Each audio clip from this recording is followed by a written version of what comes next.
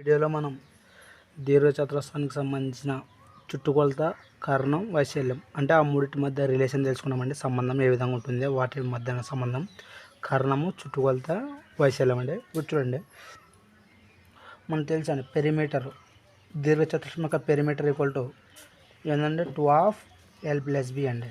2/L+B. మనం దీనిని ఇరువైపులా వర్గం చేయగా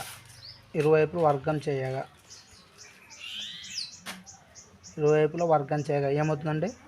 P² equal to 2/L+B whole square అండి. అంతే కదండి. అప్పుడు చూడండి, P² ఈక్వల్ టు 2² ఎంత అండి? 4 అండి. అంటే దీని అర్థం ఏంటంటే స్క్వేర్ అనేది 2కు స్క్వేర్ ఉన్నట్టు, అదేవిధంగా L+Bకి కూడా స్క్వేర్ ఉన్నట్టు, కాబట్టి L+B హోల్ స్క్వేర్. అప్పుడు P² equal to 4 into L+B whole square formula ఏంటంటే ఇది A+B హోల్ స్క్వేర్ ఫార్ములా ఉంది కాబట్టి అప్పుడు ఏమవుతుందండి? L² + B² + 2AB 2LB.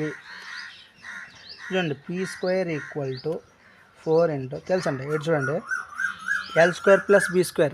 L² + B² అంటే ఏంటంటే మనకు D² అండి. ఎందుకంటే భుజము స్క్వేరు ప్లస్ వెడల్పు స్క్వేర్ ఈక్వల్ టు కర్ణం స్క్వేర్, కాబట్టి D² + 2. ఇటు చూడండి, LB ఉందండి ఇక్కడ. LB L×B అంటే వైశాల్యం అండి. వైశాల్యం కాబట్టి ఏరియా. కాబట్టి P² ఈక్వల్ టు ఇక్కడ గుణిస్తే ఏమవుతుందండి?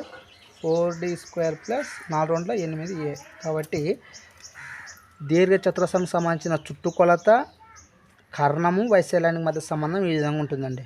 కాబట్టి మనకు ఎగ్జామ్లో మనకి ఇక్కడ వైశాల్యం ఇస్తాడు, కర్ణం ఇస్తాడండి. అప్పుడు మనం చుట్టుకొలత కనుక్కొనొచ్చండి. అంటే 3 వాల్యూస్ ఉంటాయండి: చుట్టుకొలత, కర్ణము, వైశాల్యం. కాబట్టి మూడిట్లో ఏదైనా 2 విలువలు ఇస్తాడండి. మూడోది కనుక్కోమంటాడు. ఇప్పుడు మనకు సపోజు కర్ణం ఇస్తాడు, చుట్టుకొలత ఇస్తాడు, అప్పుడు ఏరియా కనుక్కోవచ్చండి. అదేవిధంగా కర్ణం ఇస్తాడు, వైశాల్యం ఇస్తాడు, అప్పుడు చుట్టుకొలత కనుక్కోవచ్చండి. కాబట్టి మూడింటి మధ్య దీర్ఘచతురస్రానికి సంబంధించిన మూడింటి మధ్య సంబంధం ఇదండి. P² equal to 4D² + 8A. ఇది చాలా వెరీ ఇంపార్టెంట్ ఫార్ములా అండి. ఈ వీడియో ఎవరైనా చూస్తున్నట్లయితే ప్లీజ్ లైక్ చేయండి, షేర్ చేయండి. Thank you.